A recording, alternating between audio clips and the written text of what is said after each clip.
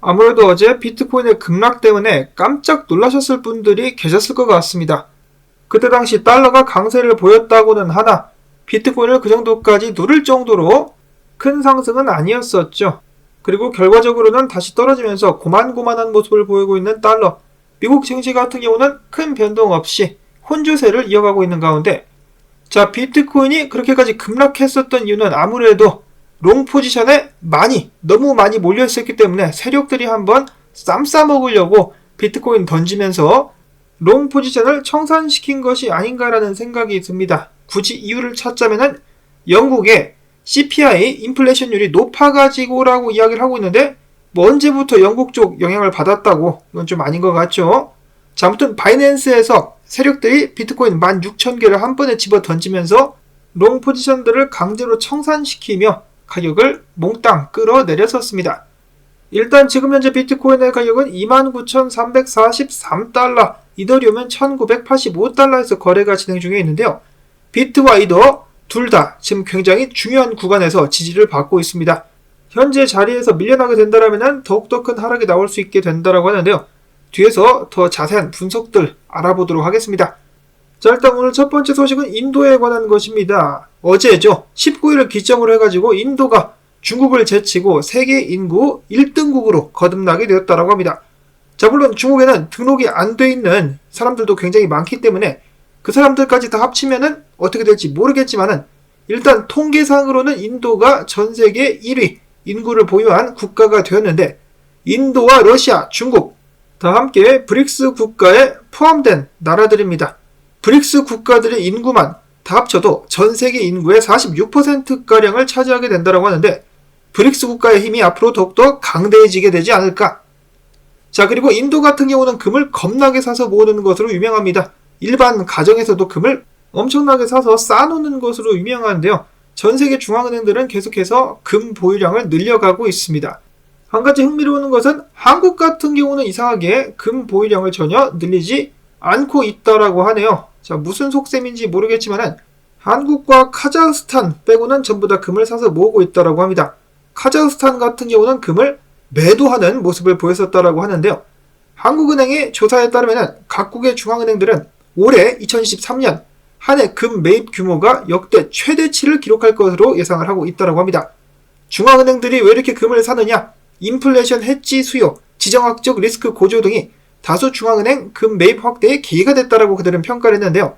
자, 그러면 한국은 인플레이션 위기가 없냐? 지정학적 위기도 있는데 왜 한국은 금을 안 사? 아니면 빨리 최소한 특수부대들 몬테네그로 출동시켜가지고 도건이 들고 있는 비트코인이라도 뺏어와야지.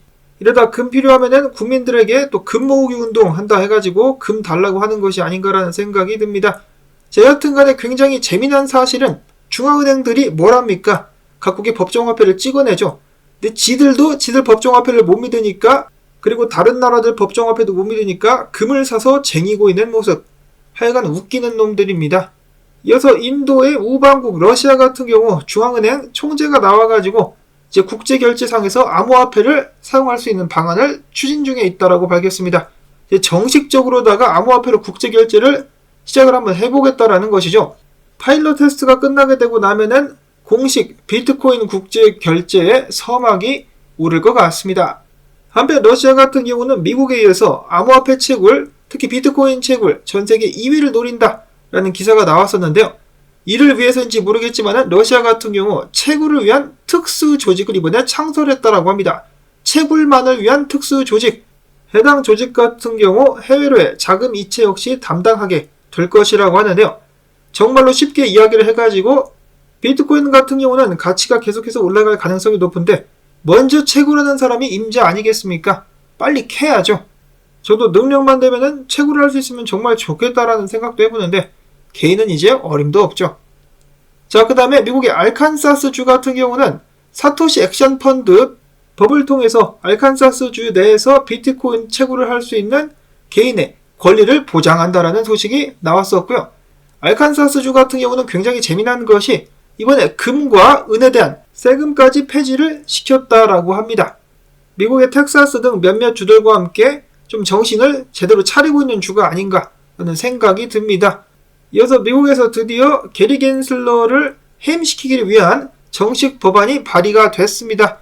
자, 근데 문제는 이게 표결될 수 있느냐가 될 수 있다라는 것이겠죠. 미국의 민주당 내에서도 암호화폐를 지지하는 사람들이 있기 때문에 힘을 모아서 공공의적 게리 겐슬러의 뚝배기를 깰 수 있기를 바라봅니다. 다음으로는 흥미로운 소식. 호주가 아시아 전체보다 더 많은 비트코인 ATM 기기들을 보유하고 있다라고 하네요. 호주인들의 비트코인 사랑. 다음으로는 크립토코안트의 쭈경 대표가 이야기해주기를 자, 무려 9년 만에 잠자고 있었던 비트코인 2071개가 깨어나가지고 이동을 했다라고 합니다. 자, 근데 이동한 모양새를 보니 거래소로는 가지 않았고 장외 거래소로 간 것 같다라고 예측을 하고 있었습니다. 과연 장외 거래소를 통해서 판매가 되는 것인지.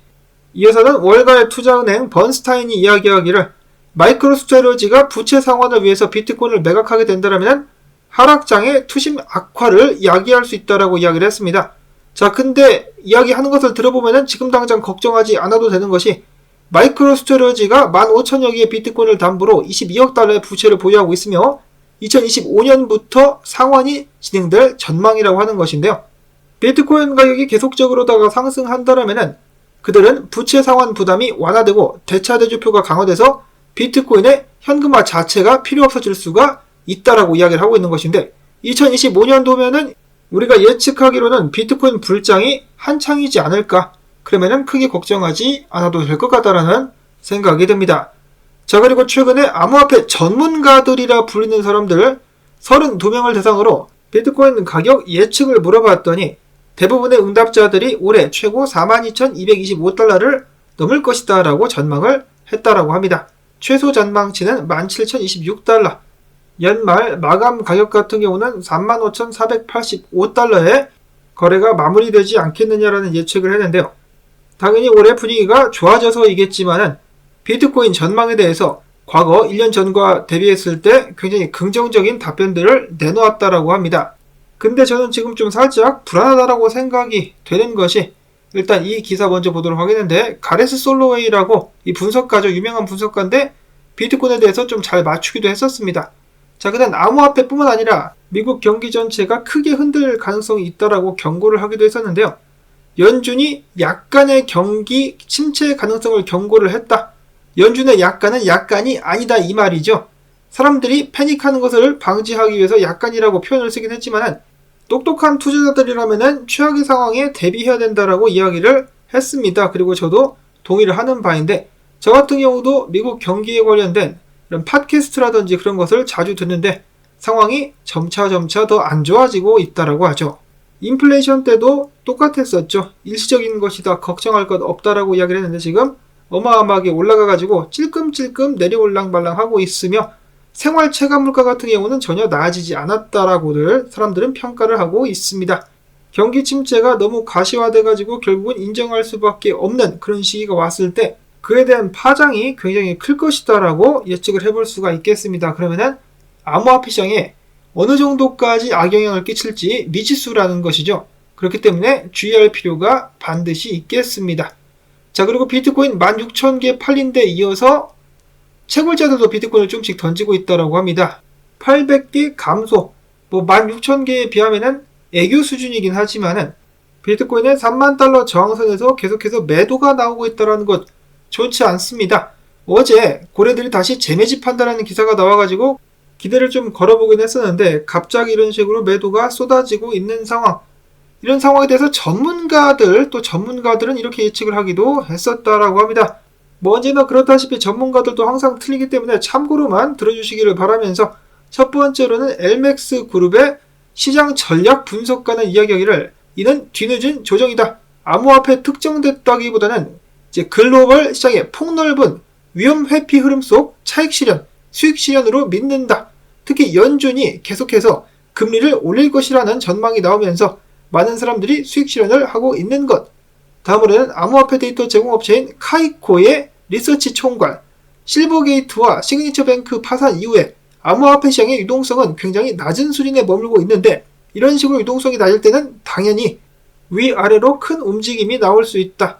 그리고 또한 어떤 암호화폐 상승도 신뢰하기는 어렵다라고 이야기를 했습니다. 그래서 디지털 자산 수탁기관인 코퍼의 리서치 총괄, 선물시장 펀딩비를 봤을 때 아직까지는 긍정적이다. 전반적인 강세 분위기가 보여지고 있으며 많은 헤지펀드들이 방관적인 입장을 취하다 지금 계속해서 비트코인의 자금을 할당하고 있다라면서 긍정적으로 상황을 지켜보고 있었습니다. 이어서는 비트코인 분석 보도록 하겠는데 일본 기준 RSI 지금 현재 55.22, 과거에 비트코인 24,200달러에서 거래가 되고 있었을 때 이 정도 수준까지 올라왔었는데 지금 그 정도 수준까지 다시 떨어지고 있다. 그러면서 중요 구간, 정말 중요한 지지 구간이다. 28,800달러, 딱 그 구간이 굉장히 중요한 지지선이다 라고 많은 분석가들은 이야기를 하고 있는데요. 해당 자리가 뚫리게 된다면 지속적인 하락이 나오게 될 가능성이 당연히 있다. 그러면서도 지금 쇼칠 구간은 아니다 라고 이야기를 하고 있습니다. 그만큼 지금 일단 지지 구간이 단단해 보이기 때문에 걸어보겠다라는 것이죠. 그래서 반등하는데 한번 걸어본다. 분석가 로마는 이야기하기를 지금 현재 비트코인 4시간봉 일봉에서 불리시 다이버전스가 생성이 되고 있기 때문에 지금부터 반등할 가능성도 충분하다라는 것인데 사람들은 비명을 지르면서 난리를 치고 있다라고 이야기를 하고 있습니다. 자, 물론 만약에 28,500달러가 뚫린다. 그러면은 불리시 다이버전스는 무효화될 수 있을 것이다라고 이야기를 했습니다. 자, 지금 자리에서 비트코인 과연 힘을 내서 반등을 좀 해줄 수 있을 것인가? 이더리움 같은 경우도 지금 2,000달러가 다시 한번 저항으로 작용을 하고 있죠. 비트코인 3만, 이더리움 2,000 위에서 안착을 해야 되는 상황인데 이더리움 같은 경우 만약에 이런 식으로다가 계속해서 밀린다. 특히나 해당 채널 안으로 가격이 다시 밀려 들어오게 된다면 추가적인 하락이 나올 수밖에 없는 상황, 가짜 상승이 되게 된다는 것이죠. 이런 식으로다가 저항받고 내려왔을 때처럼 추가적으로 쭉쭉 밀릴 수가 있다라고 경고가 나오고 있습니다. 자, 그나마 다행인 것은 이더리움 스테이킹 총량이 계속해서 늘어나고 있다라고 하는데요. 물론 샤펠라 업그레이드 후에 총량만 따져봤을 때는 인출량이 스테이킹 양보다 더 많습니다. 업그레이드 후 지금까지 인출된 물량은 108만 개, 스테이킹된 물량은 57만 5천 개로 49만 개 차이가 나는데요. 그럼에도 최근 추세를 봤을 때 지난 17일부터는 계속해서 스테이킹되는 물량이 인출되는 양을 능가하고 있다라고 합니다. 부디 가격이 잘 버텨주면서 패닉셀이 나오지 않기를 바라보며, 자, 그 다음으로 최근 이더리움이 강세를 보이자 CME를 통해 가지고 기관들이 이더리움 관련된 선물 상품에 투자를 하고 있다는 소식이 나오기도 했었습니다. 현물을 사이 자식들아, 현물을. 다음으로 해서는 트레이더 엑소 분석가의 이 하락 예측, 매틱 같은 경우도 결국 주요 저항을 뚫지 못하고 맞고 내려오고 있는 상황 속에서 계속해서 하락이 이어지게 될 것이다. 이 전문 쇼쟁이라고 볼 수가 있겠는데요. 숏을 쳐가지고 굉장히 많은 수익들을 올리고 있는데 이 사람의 의견에 따르면은 얼마 전에 제가 공유를 했다시피 올해 중하반기에 다시 한번 가격이 크게 떨어질 것으로 예측을 해볼 수가 있다라고 합니다. 다음으로는 망해버린 벤처 캐피탈 3AC 추정 주소에서 코인베이스로 44,900개 LDO 토큰이 전송이 됐다라고 합니다. 던지려는 것이 아니냐.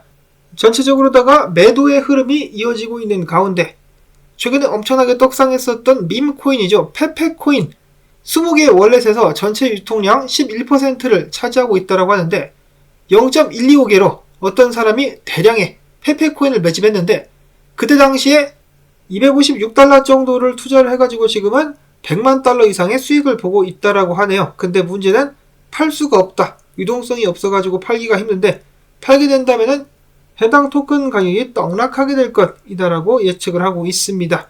해당 코인 같은 경우는 지금 엄청난 인기에 힘입어가지고 거래소들의 상장까지 되고 있는데요. 한마디로 폭탄 돌리기다.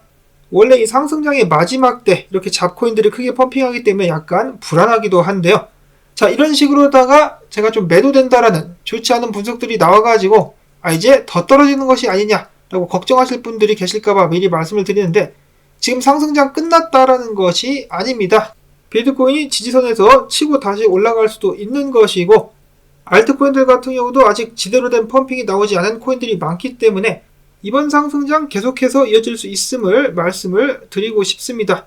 다음으로는 짧게 기타 소식들 몇 개 보도록 하겠는데 샘 뱅크마니가 FTX 홍보를 위해서 연예인들을 꼬시고 있을 때 그 중에 테일러 스위프트도 명단에 있었다라고 합니다. 테일러 스위프트 같은 경우는 근데 딱 이 계약 문건을 보더니 야, FTX 니네 미등록 증권 파는 거 아니야? 라고 질문을 던지더니 협의를 거절했다 라고 하네요. 반면에 또 다른 유명 가수인 케이티 페리는 넘어갔죠. 넘어가가지고 FTX 광고를 한 바가 있습니다. 자, 그 다음에 오랜만에 보는 도건 업데이트. 세르비아 경찰이 도건의 은둔주택을 압수했습니다. 근데 그 주택이 엄청나게 화려한 고급 주택이었었다라고 하네요. 220만 달러 상당의 주택에서 호의호식하면서 남들 고통받는 것을 지켜보고 있었던 도건 대표. 한편 그는 싱가포르 당국에다가 미국이 만약에 본인의 싱가포르 법인에 대해서 정보를 요청하게 되면 주지 말아달라고 부탁을 했는데 싱가포르는 감자나 먹어라 라고 하면서 미국 당국에게 정보를 제공하기로 결정했다라고 합니다. 자, 도건 대표가 이제 법의 심판을 받는 날이 언제쯤 될 것인가? 그날이 하루빨리 찾아올 수 있기를 바라보면서 근데 이런 상황에서 도건이 탈옥해가지고 도망가면 진짜 레전드인데 그렇게 할 수 있으면 정말 진정한 신창원으로서 거듭날 수 있을 것인데 라는 헛생각 해보면서 오늘 영상 마무리 지어보도록 하겠습니다. 도움되셨다면 수고했다, 시청료다라는 의미에서 광고 영상 한 편만이라도 마지막까지 틀어주기 꼭 부탁을 드립니다. 여러분들의 도움이 있어야만 저도 계속해서 살아남을 수가 있겠습니다. 자, 그러면 저는 다음에 또 인사를 드릴게요. 안녕히 계십시오.